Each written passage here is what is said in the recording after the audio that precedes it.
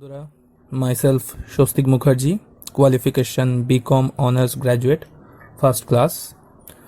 আজকে আমি তোমাদের সঙ্গে ডিসকাস করব বেসিক কনসেপ্টস অফ অ্যাকাউন্টসের ওপর কিছু কথা এবং আলোচনা করব সেগুলো নিয়ে, যেগুলো প্রয়োজন হয় 11-12 এবং আমাদের যেসব BCom first year, second year এবং সিএমএ তো এই কনসেপ্টগুলো প্রয়োজন হয়।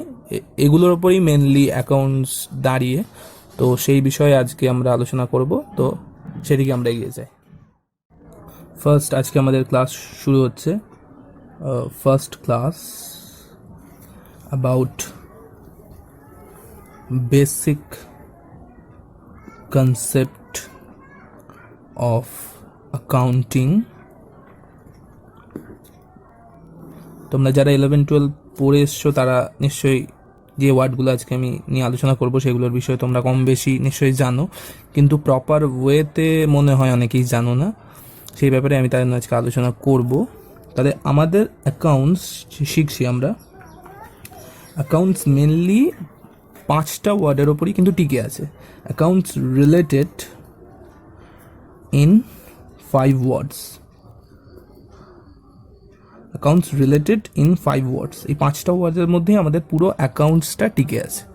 প্রথম যেটা আমরা জানি, সকলেই জানি, অ্যাসেটস। অ্যাসেট সম্বন্ধে সকলেই জানি, এগুলোর ওপরে আমি আসছি, 5টা আগে লিখে নিই। সেকেন্ড হচ্ছে ক্যাপিটাল। থার্ড হচ্ছে লায়াবিলিটি। ফোর্থ এক্সপেন্সেস এবং ফিফথ হচ্ছে ইনকাম।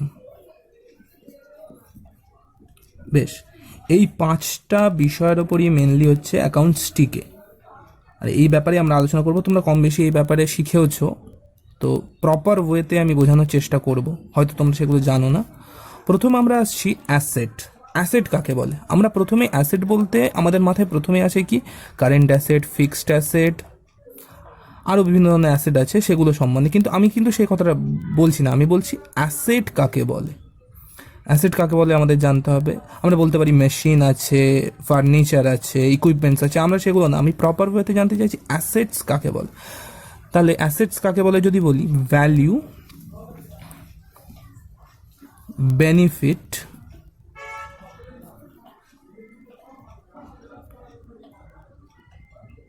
Taken in future. তাহলে আমি কি বললাম? Value, benefit, taken in future. যেটার ভ্যালু আমরা ভবিষ্যতে নেব সেটাকে আমরা অ্যাসেট বলি, তাই তো?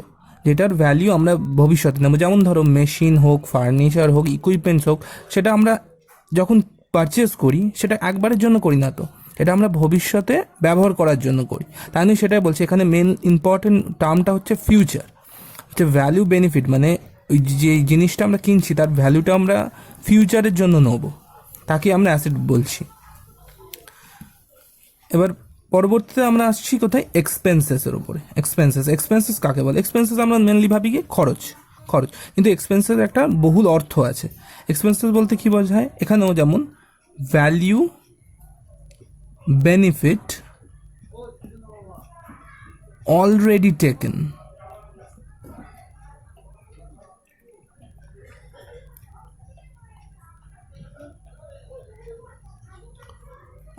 টেকেন, ওকে। মানে এটার ক্ষেত্রে কি বোঝাচ্ছে? এক্সপেন্সের ক্ষেত্রে যে বেনিফিটটা আমরা অলরেডি নিয়ে ফেলেছি সেটাকে আমরা এক্সপেন্সেস বলবো। তাহলে কি বললাম? এক্সপেন্সেস মানে কি বললাম? যে বেনিফিটটা আমরা অলরেডি নিয়েছি। আর অ্যাসেটের ক্ষেত্রে কি বোঝাচ্ছে? যে বেনিফিটটা আমরা ভবিষ্যতে নেব তাকে অ্যাসেট বলা হয়। আর এক্সপেন্সের ক্ষেত্রে হচ্ছে যে বেনিফিটটা আমরা অলরেডি নিয়েছি। আমরা একটা ছোট্ট উদাহরণের সাহায্যে যদি জিনিসটাকে দেখি, হ্যাঁ, আমরা এক্সপেন্সেসকে যদি আমরা একটা ছোট্ট উদাহরণের সাহায্যে দেখি, তাহলে এক্সপেন্সেস, কোনো একটা কোম্পানি হচ্ছে এ লিমিটেড, একটি কোম্পানি। ধরো তোমরা তার অ্যাকাউন্টেন্ট রাখা হয়েছে, যে কোম্পানি সব রকম কাজকর্ম করে এবং কোম্পানিকে রিপ্রেজেন্ট করে। এবার এই কোম্পানিতে বিভিন্ন কর্মচারী আছে, এবং একজন কর্মচারীর ক্ষেত্রে যদি বলি, এটা একটা ডায়াগ্রাম। ধরো এটা হচ্ছে কি মাস, এপ্রিল। এপ্রিল মাসের পুরো মাসটা একজন কর্মী ধরো কাজ করলেন। এপ্রিল মাস মানে 1 এপ্রিল 2020 থেকে 30 এপ্রিল 2020 পর্যন্ত পুরো মাসটা একজন কর্মী কাজ করলেন। তারপরে এবং মাসের শেষেতে তো মাইনে চাইবে, এবং অ্যাকাউন্টেন্টের কাছে গেলেন, বললেন আমি এই পুরো মাসটা খেটেছি, আমার মাইনেটা দিন। এবার মাইনে তো দিতে হবে তাকে। তাহলে কি হলো, এখানে বোঝা গেল যে এপ্রিল মাসটায় একজন পুরো কাজ করলেন, তার থেকে বেনিফিট নিয়ে নেওয়া হলো। এই যে বেনিফিট, পুরো মাসটার বেনিফিট নিয়ে নেওয়া হলো, এবং তার রেসপেক্টে তাকে কী হচ্ছে, পেমেন্ট করা হচ্ছে। সেটাকে আমরা কী বলবো, এক্সপেন্সেস বলবো। তাহলে এটাতে তাকে কী পেমেন্ট করা হবে, ক্যাশ পেমেন্ট করা হবে। যেমন যদি স্যালারি বলো তাহলে কিন্তু ভুল বোঝাচ্ছে। স্যালারি কিন্তু আলাদা করে কিছু দেওয়া হয় না, আমরা কী দিই, ক্যাশ দিই। তাহলে এখান থেকে আমার কী যাচ্ছে, ক্যাশ যাচ্ছে। ধরে নিই আমরা, এনার মাইনে হচ্ছে 10,000, মিস্টার এ যে আমাদের কোম্পানিতে কাজ করেছে পুরো এপ্রিলের মাসটাতে, তাকে আমরা স্যালারি দিচ্ছি মাসের শেষে তার কাছ থেকে বেনিফিট নেওয়ার পর। তাহলে আমাদের এখান থেকে কী যাচ্ছে, ক্যাশ যাচ্ছে 10,000, এবং এক্সপেন্সেস হচ্ছে, বেনিফিট নিয়ে নিচ্ছি, ক্যাশ যাচ্ছে, তার রেসপেক্টে আমাদের রিজন বলতে হবে। তো তাহলে কি, আমাদের এক্সপেন্সেস বাড়ছে, সেটাকে আমরা কি নাম দিচ্ছি, স্যালারি, এটা এক্সপেন্সেস। ঠিক আছে, বোঝা গেল? এইভাবে আমরা এক্সপেন্সেসকে ডিফাইন করতে পারি।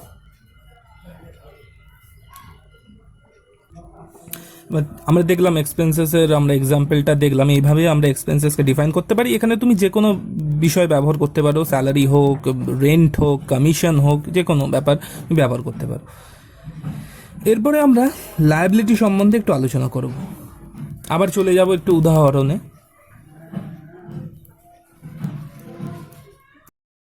হ্যাঁ, আমরা এবার যদি লায়াবিলিটির উদাহরণ দিতে চাই, তাহলে লায়াবিলিটি, এখানে আমরা একটা ডায়াগ্রাম ব্যবহার করব, যেখানে হচ্ছে একটি কোম্পানি এ লিমিটেড। তোমরা ধরো তার একজন অ্যাকাউন্টেন্ট। এখানে একটা ডায়াগ্রাম দেখাবো। ডায়াগ্রামে হচ্ছে এটা এপ্রিল মাস, 1 এপ্রিল 2020 থেকে 30 এপ্রিল 2020। আমাদের এখানে কোনো একজন এমপ্লয়ি আছে, সে এপ্রিল মাসটা পুরো আমাদের অফিসে কাজ করলে এবার মাসের শেষে তাকে মাইনে দিতে হবে, যেটা আমরা আগের বারে দেখছিলাম। এবার কোনো কারণে ধরো কোম্পানির এমন একটা সিচুয়েশন হলো, যারা এপ্রিল মাসে কাজ করানোর পরেও বললো যে এই মাসে তারা মাইনেটা দিতে পারছে না, কোনো এক তাদের ফিনান্সিয়াল কারণে, সেটা তারা পরের মাসে দেবে। তো এখানে তো সে পুরো মাসটা কাজ করেছে, তার কাছ থেকে আমরা বেনিফিট অলরেডি নিয়ে নিয়েছি। তো এখন তাদের আমি পেমেন্ট করতে পারছি না আমাদের ফাইন্যান্সিয়াল কারণে, তো সেটা আমি পরের মাসে তাদেরকে পেমেন্ট করব। তাহলে এটা আমাদের কি হচ্ছে, তখন আউটস্ট্যান্ডিং হয়ে যাচ্ছে, মানে বেনিফিট অলরেডি এক্সপেন্সেস কিন্তু আমি এখনও পেমেন্ট করতে পারছি না বলে সেটা আমাদের আরেকটা নাম আসবে, যেটা হচ্ছে আউটস্ট্যান্ডিং স্যালারি আমরা বলবো। তাহলে এখান থেকে আমাদের কি কিছু যাচ্ছে না, ক্যাশ দিতে পারছি না, ক্যাশ তো দিতে পারছি না এখানে, কিন্তু আমরা অলরেডি তার থেকে বেনিফিটটা নিয়ে নিয়েছি বলে এখানে এক্সপেন্সেস কিন্তু ক্রিয়েট হয়ে গেছে। আমরা যেটা বলেছিলাম, দেখবে এক্সপেন্সেসের সংজ্ঞাতে আমরা কি বলেছিলাম, value of benefit already taken, মানে এখানে আমরা বেনিফিটটা নিয়ে নিয়েছি অলরেডি, কিন্তু এখনো পেমেন্ট করিনি। তাহলে আমরা এক্সপেন্সেস হয়ে গেছে, কিন্তু পেমেন্টটা করবো পরে। তাহলে আমার এখানে কি হলো, আমার লায়াবিলিটি বা অব্লিগেশন তৈরি হলো একটা, কারণ পরে তাকে পেমেন্ট করতে হবে, আজকে না হোক কিছুদিন পরে তো তাকে পেমেন্ট করতেই হবে। তাহলে এখানে আমার কি বাড়লো, লায়াবিলিটি বাড়লো। তাহলে সেই লায়াবিলিটিটার আমরা কি নাম দেবো, আউটস্ট্যান্ডিং স্যালারি। এখানে আমরা মিস্টার এর নামও দিতে পারতাম, মিস্টার একেই রিপ্রেজেন্ট করছে আউটস্ট্যান্ডিং অফ স্যালারি। কিন্তু একটা কোম্পানিতে শুধুমাত্র একটি মাত্র এমপ্লয়ি তো থাকে না, আরও অনেক এমপ্লয়ি আসে, তাই জন্য অ্যাকাউন্টসে বলে যে সবার আলাদা আলাদা করে নাম লেখার থেকে আউটস্ট্যান্ডিং স্যালারি বলে নাম লিখে দেওয়া উচিত। এবং এক্সপেন্সেস ক্রিয়েট হয়েছে, তাহলে স্যালারি অ্যাকাউন্টকে আমার ডেবিটে দেখাতে হবে এক্সপেন্সেস হিসেবে। তার সঙ্গে আমার আউটস্ট্যান্ডিং লায়াবিলিটি যেটা স্যালারি, সেটাও বেড়েছে, ক্রেডিট ব্যালেন্স বেড়েছে, তাহলে সেটাকেও আমাকে দেখাতে হবে ক্রেডিট সাইডে। এর সঙ্গে যদি আমরা আবার অ্যাসেটেরও একটা দিক দেখি, সেটাও দেখা যায় যে এরমভাবেই একজন এমপ্লয়ি এপ্রিল মাস, 1 এপ্রিল 2020 থেকে 31/4/2020 একজন এমপ্লয়ি আমাদের কাছে কাজ করলে, এটা একটা আলাদা জিনিস রিপ্রেজেন্ট করবে। দেখাচ্ছি সেটা আমি। এই পুরো মাসটা একজন এমপ্লয়ি আমাদের কাছে কাজ করলেন এবং মাসের শেষে তাকে পেমেন্ট করতে হবে, ক্যাশ পেমেন্ট করতে হবে স্যালারি রেসপেক্টে। এবং তার নিজস্ব যদি এমপ্লয়ি ফিনান্সিয়াল কোনো অসুবিধা হয়, পরের মাসের জন্য যদি সে আগাম অ্যাডভান্স কোনো টাকা নিয়ে নেয়, মানে মে মাসে সে তো এখনো কাজ করেনি, মে মাসের টাকাও যদি তার ফাইন্যান্সিয়াল কারণের জন্য এপ্রিলের সাথেই যদি নিয়ে নিতে যায়, আমরা বলেছিলাম তার মাইনে কত, 10,000। তাহলে এই মাসের বেনিফিট আমরা তার কাছ থেকে নিয়েছি এবং তাকে পেমেন্টও করেছি 10,000, এবং পরবর্তী মাস যেটা মে মাস, সে এখনও সেই মাসে তো কাজ করেনি, সেই মাসের পেমেন্টটাও তার বাড়ির কোনো ফাইন্যান্সিয়াল কারণের জন্য আমাদের কাছ থেকে অ্যাডভান্স চেয়ে নিচ্ছে। তাহলে টোটাল আমরা তাকে পেমেন্ট করছি কত? টোটাল আমরা তাকে পেমেন্ট করছি হচ্ছে 20,000, টোটাল 20,000। তার মধ্যে আমাদের এক্সপেন্সেস কত? এক্সপেন্সেসের সংজ্ঞায় তোমরা দেখেছো কি লেখা ছিল, বেনিফিট অলরেডি টেকেন। তাহলে এপ্রিল মাসে আমরা তার কাছ থেকে অলরেডি বেনিফিট টেকেন নিয়েছি তার কাছ থেকে, কিন্তু মে মাসের কি এখনো বেনিফিট নিয়েছি তার কাছ থেকে? এক্স্যাক্টলি, এটা আমরা পরে নেবো তার কাছ থেকে। আর তাহলে আমরা অ্যাসেটের ক্ষেত্রে সংজ্ঞাতে কি বলেছিলাম, ভ্যালু অফ বেনিফিট ফিউচারে যেটা নেবো সেটাকে আমরা অ্যাসেট বলি। তাহলে এই যে মে মাসের আগে থেকে যে অ্যাডভান্স টাকাটা নিলাম, তাহলে সেটাকে আমরা কী হিসেবে ট্রিট করব, অ্যাসেট হিসেবে ট্রিট করব। তাহলে 20,000-এর মধ্যে আমরা 10,000 দেখছি এক্সপেন্সেস হিসেবে ট্রিট করবো, এবং বাকি 10,000 আমরা অ্যাসেট হিসেবে ট্রিট করবো। এবং অ্যাসেট, এটা কি কোন অ্যাসেট হিসেবে নাম দেবো আমরা, প্রিপেড স্যালারি, মানে তাকে আগে থেকে পেমেন্ট করে দেওয়া হচ্ছে, তো সে এখনও তার কাছ থেকে আমরা বেনিফিট নিয়ে নিই, ফিউচারে তার থেকে বেনিফিট নেবো, কিন্তু এখন অলরেডি আমি পেমেন্টটা করে দিয়েছি, তাই জন্য সেটা প্রিপেড স্যালারি হিসেবে ট্রিট করবে, কারণ অ্যাডভান্সে তাকে পেমেন্ট করে দেওয়া হয়েছে। এখানে এক্সপেন্সেস আর অ্যাসেটের ব্যাপারে কিছু কিছু জিনিস জানলাম, এবং সঙ্গে আরেকটা জিনিসও লেখানোর আছে, যেটা হচ্ছে এক্সপেন্সেসের ব্যাপারে value of benefit already taken, মানে কোনো জিনিসের বেনিফিটটা আমরা অলরেডি নিয়েছি, তখনই তাকে আমরা জানলাম যে এক্সপেন্সেস বলে। এর সঙ্গে আরেকটা জিনিসও লেখা থাকবে, ইট ডাজন্ট ম্যাটার, এটা খুব important, it doesn't matter whether payment has been paid or not। তাহলে এখানে কি বলা হলো, বেনিফিট অলরেডি টেকেন, আমরা জানি সেটাকেই এক্সপেন্সেস বলা হয়। এর সঙ্গে বলা হলো এটা কোনো ম্যাটার করে না যে টাকা পেমেন্ট করা হোক বা না হোক, বেনিফিট নিয়ে নেওয়া মানেই তোমার এক্সপেন্সেস হয়ে গেছে, এটা কোনো ম্যাটার করে না টাকা দেয়া হয়েছে কি না দেওয়া হয়েছে। আমরা আগের উদাহরণগুলো তো দেখতে পেয়েছি, যেখানে হচ্ছে একজন এমপ্লয়ের কাছ থেকে বেনিফিট নিয়ে নেওয়া হয়েছে অলরেডি, কিন্তু তাকে এখনো পেমেন্ট করা হয়নি, পরবর্তীকালে পেমেন্ট করা হবে, যেটা আমরা আউটস্ট্যান্ডিং স্যালারি হিসেবে দেখলাম। সেক্ষেত্রেও এই উদাহরণটা দেখা যাচ্ছে যে আমরা তার কাছ থেকে বেনিফিট নিয়ে নিচ্ছি, কিন্তু এখনো পেমেন্ট করিনি, এবং আমরা এখন একটা মাসে তার কাছ থেকে বেনিফিট নিয়ে নিলাম এবং সঙ্গে সঙ্গে তাকে পেমেন্ট করে দিলাম, সেটাও আমাদের কিন্তু এক্সপেন্স হিসেবে ট্রিট করা হচ্ছে। তাহলে এই দুইভাবে দেখা যাচ্ছে। যদি আমরা লায়াবিলিটি সম্বন্ধে আলোচনা করতে চাই, তো লায়াবিলিটি মানেই হচ্ছে, আমরা প্রথমে যেটা মনে পড়ে হচ্ছে দায়। তাহলে হচ্ছে অব্লিগেশন মানে দায়, অব্লিগেশন বা ক্লেম বা দাবি of outsider in total assets of business। Okay, liability মানে কি বললাম আমরা, অব্লিগেশন অথবা claim of outsider in total assets of business. মানে লায়াবিলিটি মানে হচ্ছে দায় বা কোনো দাবি, যেটা আউটসাইডার মানে বিজনেসের বাইরে যারা থাকে তাদের দাবি থাকে, টোটাল অ্যাসেটস, বিজনেসের টোটাল অ্যাসেটসের মধ্যে। এটা আমরা বোঝাবো, এই পরের লাইনটা আমরা বোঝাবো। প্রথমটা যেটা বলেছি অব্লিগেশন, যেটা দায়, আমরা আগের উদাহরণ থেকে সেটাও দেখেছি যে কোনো একজন এমপ্লয়ি আমাদের কাছে কাজ করলো এপ্রিল মাসে, তাকে আমরা আমাদের অফিসের ফাইন্যান্সিয়াল কন্ডিশনের জন্য যদি পেমেন্ট সেই মাসে না করতে পারি, পরবর্তীকালে যদি করার চেষ্টা করি, সেখানে তো আমরা অলরেডি বেনিফিট নিয়ে নিচ্ছি, মানে এক্সপেন্সেস হয়ে যাচ্ছে, কিন্তু পেমেন্ট করছি না, তাহলে সেখানে আমাদের একটা দায়ও জন্মাচ্ছে, সেটাকে আমরা অব্লিগেশন হিসেবে দেখছি, মানে তাকে পেমেন্ট করতে হবে, সেই দায়টা জন্মাচ্ছে, কেন সেটা লায়াবিলিটি হিসেবে ট্রিট করা হবে। এবার claim of outsider in total asset of business, এইটার মানেটা কি? মানে বিজনেসের টোটাল অ্যাসেট যা থাকবে তার মধ্যে বাইরের যারা তাদের কি ক্লেম, সেটাও আমরা লায়াবিলিটি হিসেবে দেখব, দুটো পার্ট। ঠিক আছে, এবার এটা আমরা একটা উদাহরণের সাহায্যে আবার দেখব। আমরা এখানে এক্ষুনি একটা ব্যালেন্স শিট করব, একটা কোম্পানির ব্যালেন্স শিট। ধরো এ লিমিটেডেরই বোঝাচ্ছি আমরা, এ লিমিটেডের ব্যালেন্স শিট একটি। এদিকে আমাদের অ্যাসেট, ধরো ক্যাশ আছে 7 lakhs, বিল্ডিং 20 lakhs, আর মেশিন হলো 8 lakhs। টোটাল এখানে কত হচ্ছে? 20, 28 সাথে 35 লাখ। ঠিক আছে, এদিকে কি আসে? এদিকে লায়াবিলিটি সাইড, যেটা ক্যাপিটাল আসে। ক্যাপিটাল সম্বন্ধে আমরা পরে আলোচনা করছি। 25 লাখ, আর ব্যাংক লোন 10 লাখ। টোটাল হলো তোমার 35 লাখ। এই ব্যালেন্স শিটটা দেখে তাহলে ইন্টারপ্রেট করতে হবে আমাদের। এখানে বুঝতে হবে যে টোটাল অ্যাসেট আমাদের কোম্পানির এই দিকটা হচ্ছে লায়াবিলিটি ব্যালেন্স শিটের, আর এই দিকটা হচ্ছে অ্যাসেটস। তা অ্যাসেটস আমাদের টোটাল দেখা যাচ্ছে যে 35 লাখ। এই 35 লাখের মধ্যে আমাদের 10 লাখ দেখা যাচ্ছে যে ব্যাংক লোন নিয়েছি আমরা। আমাদের বিজনেসের বিভিন্ন রিকোয়ারমেন্টের জন্য আমরা ব্যাংক থেকে লোন নিই, আমাদের বিজনেসকে এক্সটেন্ড করার জন্য, আরও কাজকর্ম ঠিকঠাকভাবে করার জন্য।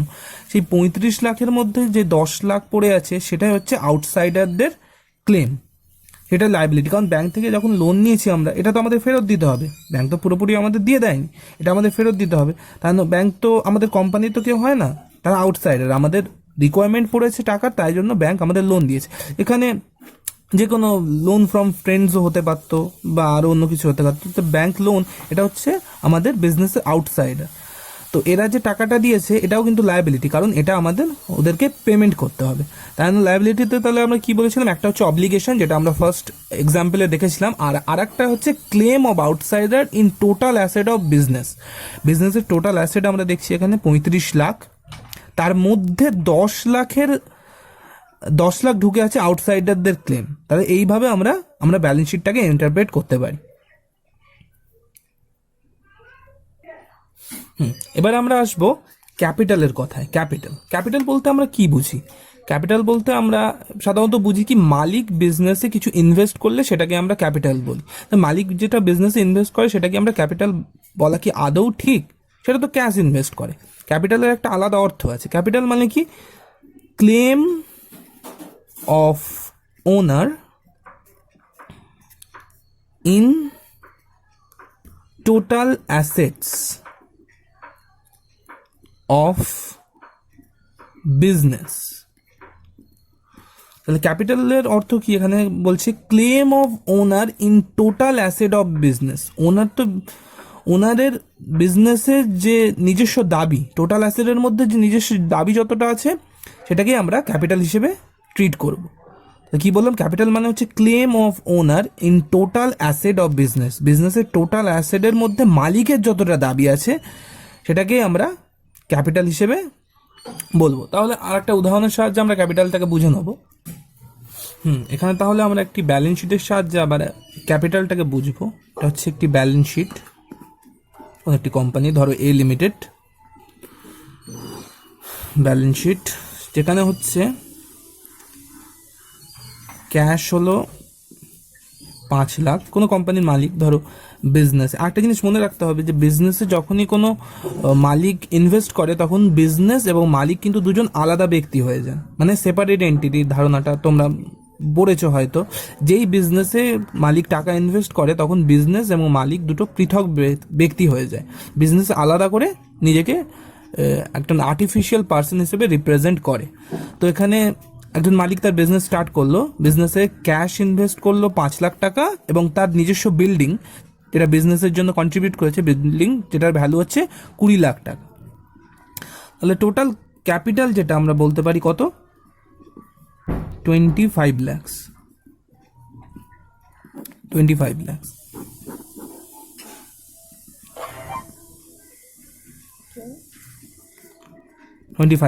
এবার এক্ষেত্রে যে জিনিসটা ব্যালেন্স শিট থেকে বোঝা যাচ্ছে যে বিজনেসের মালিক তাহলে কি কি ইনভেস্ট করেছে, একটা ক্যাশ ইনভেস্ট করেছে আর তার নিজস্ব বিল্ডিং বিজনেসের জন্য ইনভেস্ট করেছে। তো সে কখনোই বিজনেসে যেই ইনভেস্ট করার পর সে বলতে পারে না যে সে ক্যাশ আর বিল্ডিং ইনভেস্ট করেছে, কারণ এগুলো একবার বিজনেসে ইনভেস্ট করলে সেটা পুরোপুরি বিজনেসেরই হয়ে যায়, তখন আর মালিক এগুলোকে ক্লেম করতে পারে না। তাহলে মালিক কি বলতে পারে, টোটাল অ্যাসেটের মধ্যে তার ক্লেম হচ্ছে 25 lakhs, আলাদা করে বলতে পারে না যে ক্যাশ অথবা বিল্ডিং আমার এত আছে। কি বলতে পারে, তাহলে আমার টোটাল অ্যাসেটের মধ্যে ক্লেম হচ্ছে 25 lakhs। তো তোমাদেরও সেইভাবে ইন্টারপ্রেট করতে হবে যে ব্যালেন্স শিটটাকে যদি এখানে বলা হয় যে ক্যাপিটাল বলতে কি বোঝায়। ক্যাপিটাল বলতে আমরা বলতে পারি না যে ক্যাশ বা বিল্ডিং এগুলো মালিক দিয়েছে, এগুলো বলতে পারি না যে মালিক এগুলোই এসে আবার যখন কোম্পানি বন্ধ করতে যাবে এগুলোই উইথড্র করে নেবে, কারণ এগুলো করা যায় না। একবার বিজনেসে ইনভেস্ট করলে মালিক, তখন এগুলো পুরোপুরি বিজনেসেরই হয়ে যায়। তাহলে উনি কি বলতে পারেন বা আমরা কি বলতে পারি যে আমাদের টোটাল অ্যাসেটের মধ্যে ক্যাপিটাল বা মালিকের ক্লেম হচ্ছে 25 lakhs।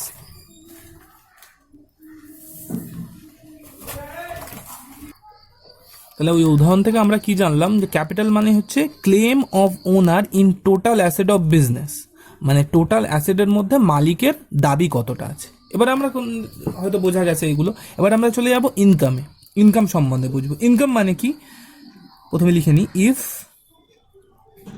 Services have been rendered, it means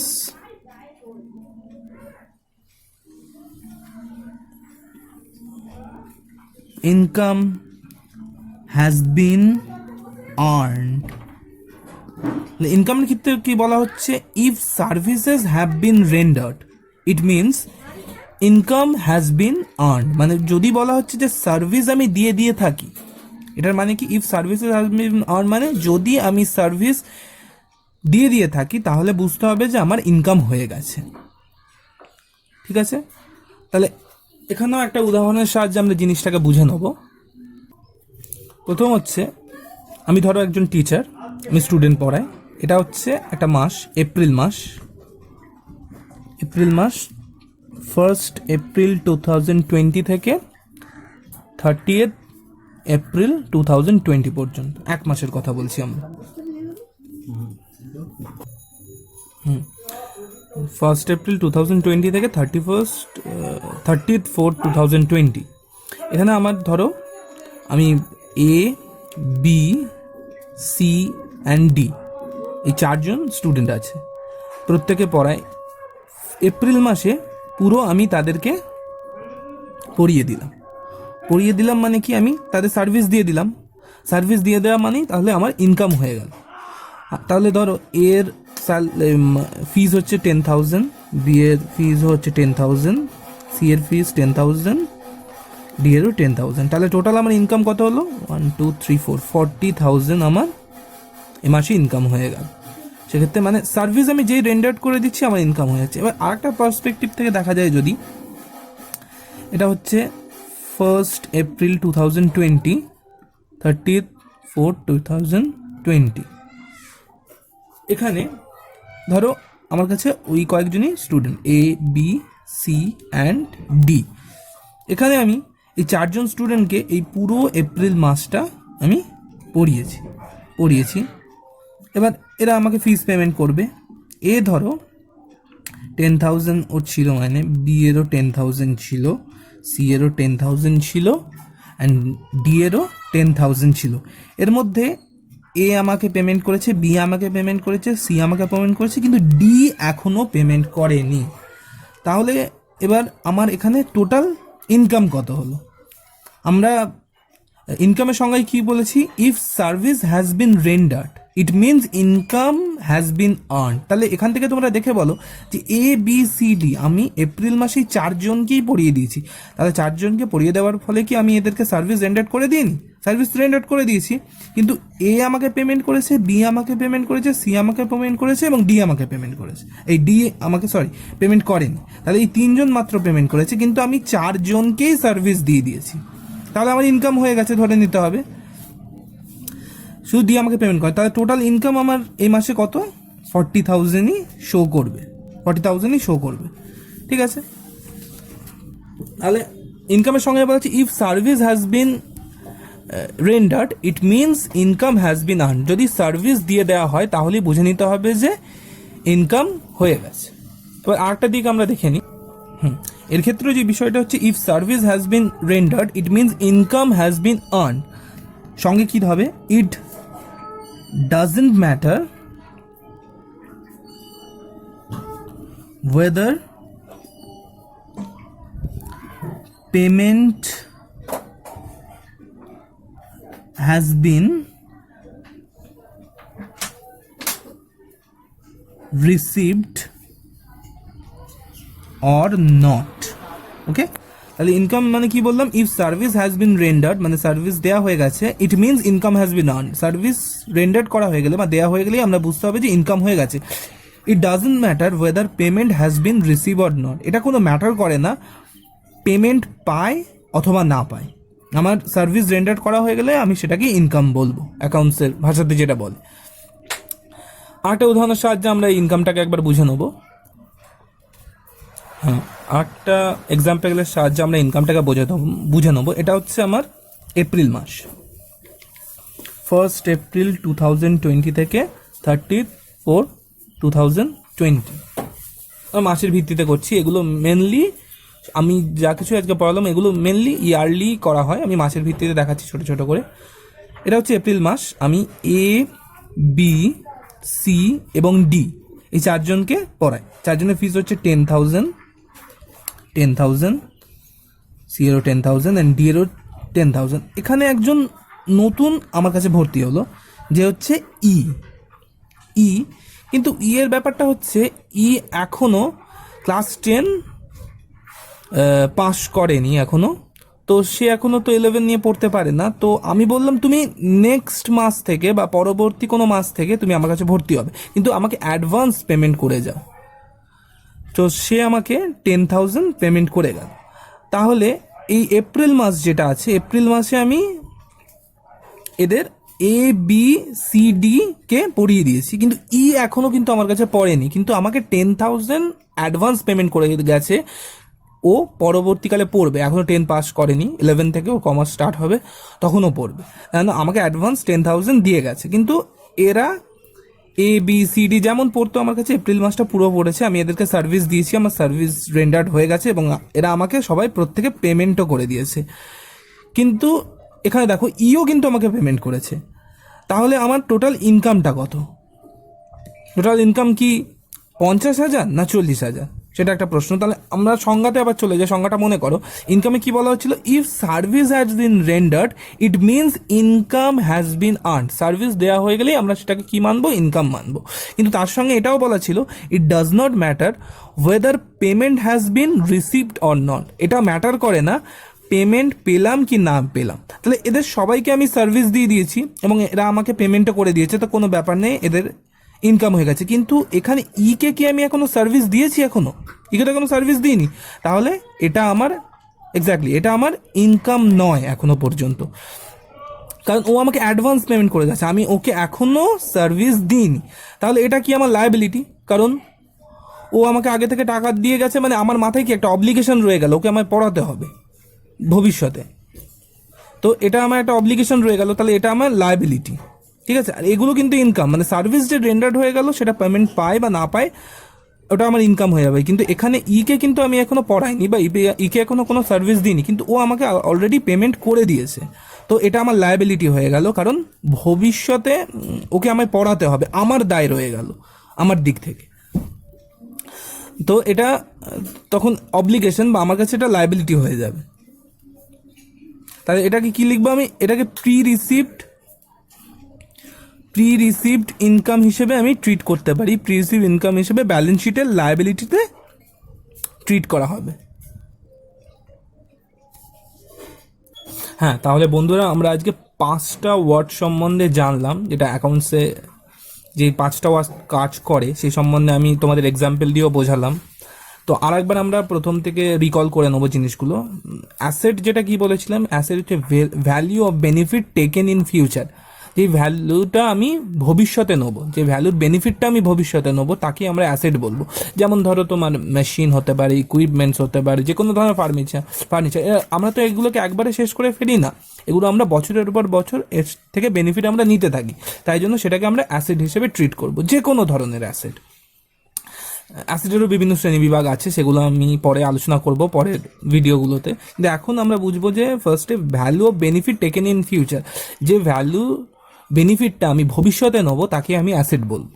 এবার তারপরে আমরা কি এসেছিলাম, এক্সপেন্সেস নিয়ে আলোচনা করেছিলাম। এক্সপেন্সেস সম্পর্কে কি বলেছিলাম, value of benefit already taken, যে ভ্যালুর বেনিফিটটা আমরা অলরেডি নিয়ে নিয়েছি সেটাকে আমরা এক্সপেন্সেস বলবো। তার সঙ্গে কি বলা হয়েছিল, যেটা খুবই important, it doesn't matter whether payment has been paid or not. এটা কোনো ম্যাটার করে না যে পেমেন্ট হয়েছে কি হয়নি, এই জিনিসটা খুব খেয়াল রাখতে হবে কিন্তু এক্সপেন্সেসের ক্ষেত্রে। এক্সপেন্সেস বলেছে value of benefit already taken, যে বেনিফিটটা আমরা অলরেডি নিয়ে নিয়েছি সেটাকে এক্সপেন্সেস বলছি। কিন্তু এর সঙ্গে কি, এটা কোনো ম্যাটার করে না যে পেমেন্ট হয়েছে কি হয়নি। যেমন আমি এমপ্লয়ের এক্সাম্পলটা দিয়েছিলাম, তোমরা দেখেছো হয়তো, ওখানে বলেছিলাম যে কোনো একজন এমপ্লয়ি আমার কাছে পুরো মাস কাজ করছে, তার থেকে আমি অলরেডি বেনিফিট নিয়ে নিচ্ছি, তারপরেই তো দেখবে নর্মালি তোমরা ভেবে দেখো না, কোনো এমপ্লয়িকে আমরা সারা মাস কাটিয়ে তারপরেই তাকে মাইনে দিই, তাহলে কি তার কাছ থেকে পুরো মাসের বেনিফিটটা আমরা নিয়ে তারপরে তাকে মাইনে দিচ্ছি, সেটাই আমাদের এক্সপেন্সেস। বাড়ি ভাড়ার ক্ষেত্রে হতে পারে, পুরো বাড়িটা সারা মাস আমরা কনজিউম করে তারপরে ভাড়াটা দিই, তাহলে কি বাড়িটার বেনিফিট আমরা নিচ্ছি, তারপরেই তো সেটা পেমেন্ট করা হোক বা নাই হোক, যেই আমি ইউজ করে ফেলছি বা বেনিফিটটা নিয়ে নিচ্ছি তখনই সেটাকে এক্সপেন্স হিসেবে ট্রিট করা হবে। তারপরে কি আসছে, তারপরে আমাদের আসছে লায়াবিলিটি সম্বন্ধে আলোচনা করেছিলাম। লায়াবিলিটি মানে কি বলেছিলাম, অব্লিগেশন, সেটাও আমি এক্সাম্পল দিয়ে দিয়েছি। লায়াবিলিটি কাকে বোঝায়, এমপ্লয় দিয়ে দিয়েছিলাম প্রথম টার্মটা, যেটা অব্লিগেশন হচ্ছে কোনো একজন এমপ্লয়ি আমার কাছে পুরোটা মাস কাজ করলো এবং আমার কোম্পানির কোনো একটা ফাইন্যান্সিয়াল কারণে আমি তাকে মাইনেটা সেই মাসে দিতে পারলাম না, বললাম 2-3 মাস পরে একসঙ্গে তুমি নিয়ে নিও সেই মাসের সাথে। এখন কি হলো, তার কাছ থেকে আমি অলরেডি বেনিফিটটা নিয়ে নিয়েছি কিন্তু এক্সপেন্সেস হয়ে গেছে, কিন্তু পেমেন্ট করতে পারিনি বলে সেটা আমার লায়াবিলিটি রয়ে গেল, কারণ সেটা আমার পরবর্তীকালে পেমেন্ট করতে হবে তাকে, ঠিক তো, তাহলে সেটা আমার অব্লিগেশন বা মাথায় একটা দায় রয়েছে। আর তার সঙ্গে আরেকটাও আছে লায়াবিলিটি, আরেকটাও আছে যে claim of outsider in total asset of business. একটা হচ্ছে আউটসাইডার মানে বাইরে, যেমন আউটসাইডার কি ব্যাংক হতে পারে, ব্যাংক থেকে যে লোন নিই আমরা সেটা হতে পারে, তারপরে ক্রেডিটার্সদের ব্যাপার থাকে, ক্রেডিটার্সরা আমাকে ধারে বিক্রি করে, সেসব সম্বন্ধে আমি আলোচনা করবো আরও ডিপলি। এখন জাস্ট ওপর একটু বলে রাখছি, claim of outsider in total asset of business মানে বিজনেসের যে টোটাল অ্যাসেট আছে তার মধ্যে বাইরের, কোম্পানির বাইরের যারা আমাকে লোন বা কিছু দিয়েছে, সাহায্য করেছে কোম্পানির এক্সটেনশন বা বিভিন্ন কারণের জন্য, তাদের কাছে আমার তাদের দাবি থাকবে কোম্পানির কাছে, টোটাল অ্যাসেটের মধ্যে তাদের যে অংশটা দাবি থাকবে সেটাকেও লায়াবিলিটি হিসেবে ট্রিট করা হয়। যেমন ব্যাংক লোনের আমি একটা এক্সাম্পল দিয়েছিলাম, যে ব্যাংক আমার বিজনেসে লোন দিয়েছে, লোনটা তো আমায় পুরোপুরি দিয়ে দেয়নি, আমাকে তাকে পেমেন্ট করতে হবে উইথ ইন্টারেস্ট, তাই সেটা আমার লায়াবিলিটি, এটা। আর ওরা হচ্ছে আউটসাইডার, ঠিক আছে। তারপরে আমরা এসেছিলাম ক্যাপিটাল বলতে কি বোঝায়, ক্যাপিটাল কি বলেছিলাম, claim of owner in total asset of business. এটা হচ্ছে ওনারের ক্লেম, মানে মালিকের ক্লেম বিজনেসের মধ্যে, টোটাল অ্যাসেট যা আছে বিজনেসে তার মধ্যে মালিকের ক্লেম কতটা। আমি বলেছিলাম যে মালিক যেই বিজনেসে টাকা ইনভেস্ট করে তখনই মালিক আর বিজনেস কিন্তু দুটো আলাদা ব্যক্তি হয়ে যায়, সেপারেট এন্টিটি যেটা বলা আছে। যেই বিজনেসে মালিক রান করলো বিজনেসটাকে কোনো কন্ট্রিবিউশন করে, তখন মালিক এবং বিজনেস আলাদা হয়ে গেল, মালিক আলাদা বিজনেস আলাদা, বিজনেস একটা আলাদা আইডেন্টিটি নিয়ে কাজ করে সেখানে। যেমন আমি ওই এক্সাম্পলটাই বলেছিলাম যে মালিক বিজনেসে হচ্ছে 5 লাখ টাকা ক্যাশ ইনভেস্ট করলো এবং 20 লাখ টাকা তার নিজস্ব বিল্ডিংটা কন্ট্রিবিউট করলো। এবার সে যেই ইনভেস্ট করে দিল বিজনেসের মধ্যে, তখন সে কিন্তু আলাদা করে তার জন্য এত টাকা ক্যাশ, এত টাকা বিল্ডিং সে আলাদা করে বলতে পারে না, সে টোটাল বলতে হবে কি, তার 25 লাখ টাকা টোটাল অ্যাসেটের মধ্যে তার 25 লাখ টাকা ক্লেম আছে, এটা বলতে পারে, কিন্তু সে আলাদা করে বলতে পারে না যে আমার এত টাকার অ্যাসেট আছে বা মেশিন আছে, বিল্ডিং আছে, এরম বলতে পারে না। সে যেই ইনভেস্ট করলো তখনই পুরোপুরি ওটা বিজনেসের হয়ে গেল, বিজনেসের নিজস্ব সম্পত্তি হয়ে যায়। তাই আমরা ক্যাপিটালটাকে লায়াবিলিটি সাইডে দেখাই কেন? কারণ হচ্ছে মালিকও আমাদের কাছে একটা দেনা। মালিক যে বিজনেসে টাকাটা কন্ট্রিবিউট করছে সেখান থেকে সে তো প্রফিট মালিককে তুলে দিতে হবে, তাই না? মালিকও আমাদের বিজনেসের কাছে একটা দেনা, সেই ক্ষেত্রেই মালিক আর বিজনেস সেইখানেই আলাদা হয়ে যায়।